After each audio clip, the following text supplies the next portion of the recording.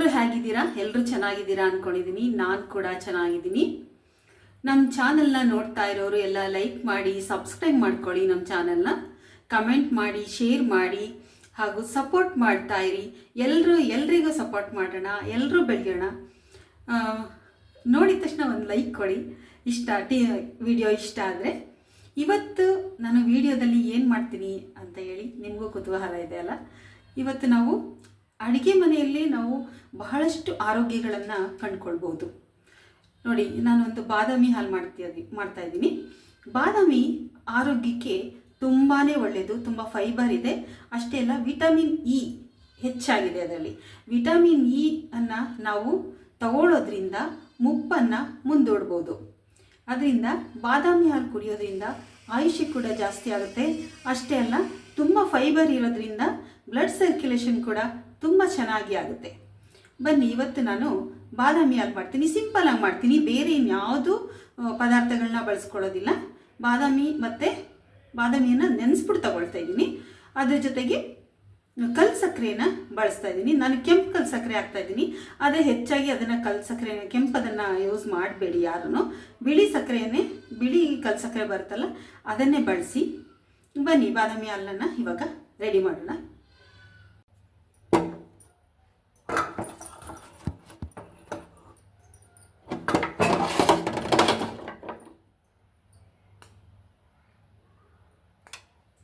ನೋಡಿ, ಇದನ್ನೆಲ್ಲ ಸಿಪ್ಪೆನ ಬಿಡಿಸ್ಕೊಳ್ತಾ ಇದ್ದೀನಿ.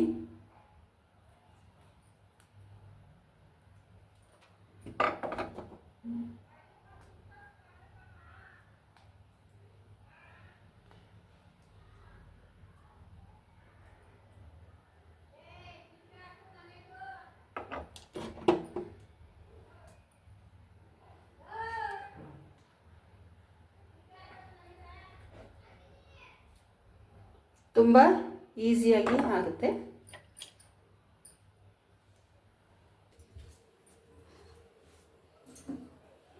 ನೋಡಿ, ಬಾದಾಮಿನ ಹಾಕ್ಕೊಳ್ತಾ ಇದ್ದೀನಿ. ಇದು ಒಂದು 2-3 ಗ್ಲಾಸ್ ಆಗೋಷ್ಟು ಹಾಲನ್ನು ನಾವು ಮಾಡ್ಬೋದು. ಇದು ಕಲ್ಲು ಸಕ್ಕರೆ.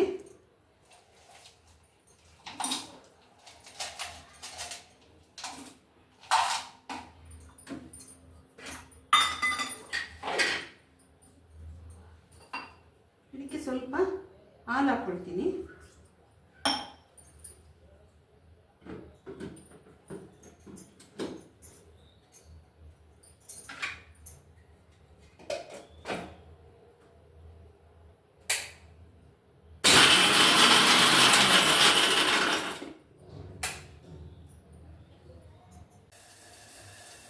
ನೋಡಿ, 1 ಗ್ಲಾಸ್ ಹಾಲನ್ನು ಹಾಕ್ಕೊಳ್ತಾ ಇದ್ದೀನಿ. ಮೊದಲೇ ಮಿಕ್ಸಿ ಮಾಡೋದಕ್ಕೆ ಒಂದು ಸ್ವಲ್ಪ ಹಾಲನ್ನು ಹಾಕ್ಕೊಂಡಿದ್ದೆ ನಾನು. ಇವಾಗ ನೋಡಿ, ಬಾದಾಮಿಯನ್ನು ರುಬ್ಬಿಟ್ಕೊಂಡಿದ್ನಲ್ಲ, ಅದನ್ನು ಹಾಕ್ಕೊಳ್ತಾ ಇದ್ದೀನಿ.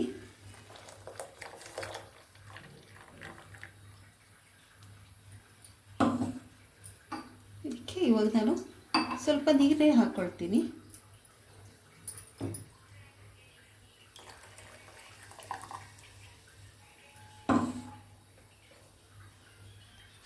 ಇವಾಗ ಇದು ಚೆನ್ನಾಗಿ ಕುದೀಲಿ. ಸಕ್ಕರೆ ಏನು ಹಾಕೋದು ಬೇಡ, ಕಲ್ಲು ಸಕ್ಕರೆನೇ ಹಾಕಿದ್ದೀನಿ. ನೋಡಿ, ಕಲರು ಕಾಣಿಸ್ತಾ ಇದೆ.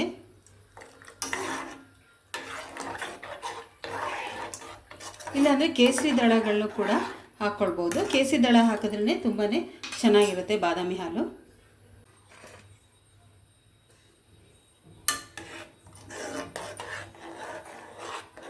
ಕುದಿಬೇಕಾದ್ರೆ ಸ್ವಲ್ಪ ಈ ಥರ ಸ್ಪೂನಲ್ಲಿ ಇದು ಮಾಡ್ತಾಯಿರಿ, ಇಲ್ಲಾಂದರೆ ಉಕ್ಕಿಬಿಡುತ್ತೆ. ಇದು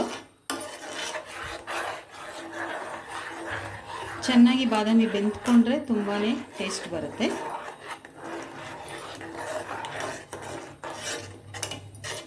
ಬಾದಾಮಿ ಪೌಡ್ರ್ ಕೂಡ ಮನೆಯಲ್ಲೇ ಮಾಡ್ಕೊಳ್ಬೋದು. ಅದನ್ನು ಕೂಡ ಒಂದಿನ ತೋರಿಸ್ತೀನಿ. ಈಗ ಬಾದಾಮಿ ಪುಡಿ ಎಲ್ಲ ಖಾಲಿಯಾಗಿದೆ, ಅದಕ್ಕೆ ಬಾದಾಮಿನ ನೆನೆಸ್ಬಿಟ್ಟು ಒಂದೇ ಸಲ ಡೈರೆಕ್ಟಾಗಿ ನಾನು ಹಾಲನ್ನು ಮಾಡ್ಕೊಳ್ತಾ ಇದ್ದೀನಿ.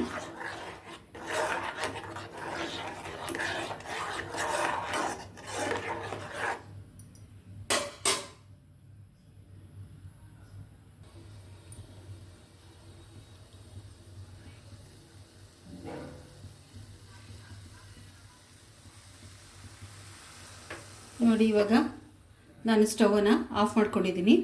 ಇವಾಗ ಇದನ್ನು ಗ್ಲಾಸ್ಗೆ ಬಗ್ಸ್ಕೊಳ್ಳೋಣ. ಇವಾಗ ನೋಡಿ ಗ್ಲಾಸ್ಗೆ ನಾನು ಬಗ್ಸ್ಕೊಳ್ತಾ ಇದ್ದೀನಿ.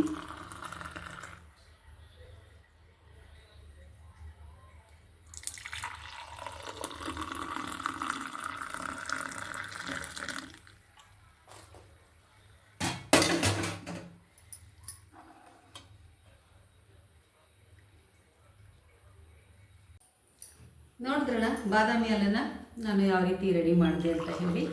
ನೀವು ಮಾಡಿ ತುಂಬಾ ಉಪಯೋಗ ಇದೆ ಬಾದಾಮಿನಲ್ಲಿ. ಸಣ್ಣ ಮಕ್ಕಳಿಂದ ವಯಸ್ಸಾದವರು ಎಲ್ರಿಗೂ ಕೂಡ ತುಂಬಾ ಉಪಯೋಗ ಇದೆ. ಇದರಿಂದ ಪ್ರತಿನಿತ್ಯ ಒಂದೊಂದು ಗ್ಲಾಸನ್ನು ಕೊಡಿ. ಹಾಲು ಕುಡಿಯಲ್ಲ ಅಂತ ಅಂದರೆ ಒಂದು 4 ಬಾದಾಮಿನ ನೆನೆಸಿರುವಂಥ ಬಾದಾಮಿನ ತಿನ್ನೋದಕ್ಕೆ ಕೊಡಿ. ಯಾವುದಾದ್ರು ಒಂದು ರೂಪದಲ್ಲಿ ಪ್ರತಿನಿತ್ಯ ಒಂದು 4-5 ಕೊಡ್ತಾ ಬನ್ನಿ. ಆರೋಗ್ಯ ತುಂಬ ಚೆನ್ನಾಗಿರುತ್ತೆ. ವಿಟಮಿನ್ ಇ ಸೇರೋದ್ರಿಂದ ಮೂಳೆಗಳಿಗೆಲ್ಲ ತುಂಬ ಒಳ್ಳೆಯದು, ಹಾರ್ಟ್ಗೆ ಒಳ್ಳೆಯದು. ಹೇಗಿತ್ತು ಇವತ್ತಿನ ನನ್ನ ಬಾದಾಮಿ ಹಾಲಿನ ಲಾಗ್ ಹೇಗಿತ್ತು ಅಂತ ಹೇಳಿ. ಬೆಳಗ್ಗೆಯಿಂದ ತುಂಬಾ ಕೆಲಸಗಳಿತ್ತು. ಸಿಟಿಗೆ ಹೋಗಿದ್ದು, ಹೂವು ಎಲ್ಲ ತೊಗೊಂಡು ಬರೋಕ್ಕೆ ಹೋಗಿದ್ದೆ. ನಾನು ಸಿಟಿಗೆ ಹೋಗಿದ್ದೆ. ಸಿಟಿದೆಲ್ಲ ಲಾಗ್ ಮಾಡಲಿಲ್ಲ. ಮಾಡೋಣ ಅನಿಸ್ತು, ವಿಡಿಯೋನ ಮಾಡೋಕ್ಕಾಗಲಿಲ್ಲ.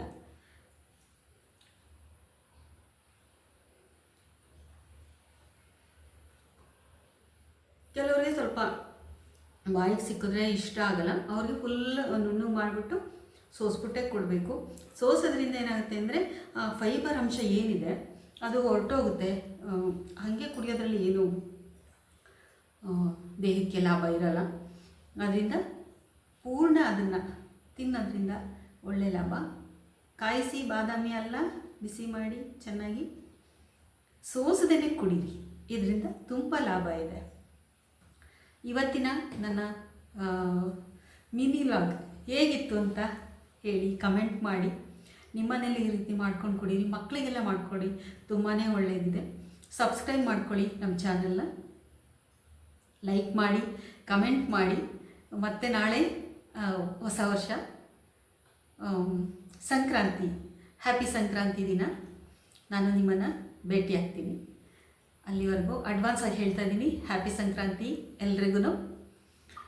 ನಾಳೆ ಹಬ್ಬ ಮಾಡೋರಿಗೆ ಎಲ್ರಿಗೂ ನಾನು ನಮ್ಮ ಚಾನಲ್ನ ಲೈಕ್ ಮಾಡಿ, ಕಮೆಂಟ್ ಮಾಡಿ, ಸಪೋರ್ಟ್ ಮಾಡಿ, ಶೇರ್ ಮಾಡಿ. ಎಲ್ರಿಗೂ ಧನ್ಯವಾದಗಳು. ಈ ವಿಡಿಯೋವನ್ನು ನೋಡಿದ್ದಕ್ಕೆ ಧನ್ಯವಾದಗಳು.